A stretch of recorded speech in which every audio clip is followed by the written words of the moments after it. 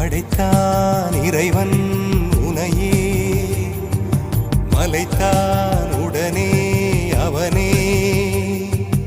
அழகை படைக்கும் திறமை முழுக்க உன்னுடன் சார்ந்தது, என் விழி சேர்ந்தது. விடிய விடிய மடியில் கிடக்கும் பொன்வினை உன்மேனி மீட்டட்டும் என் மேனி. இறைவினில் வந்து கலந்திடு, வீரல் பட மெல்ல காணிந்திடு.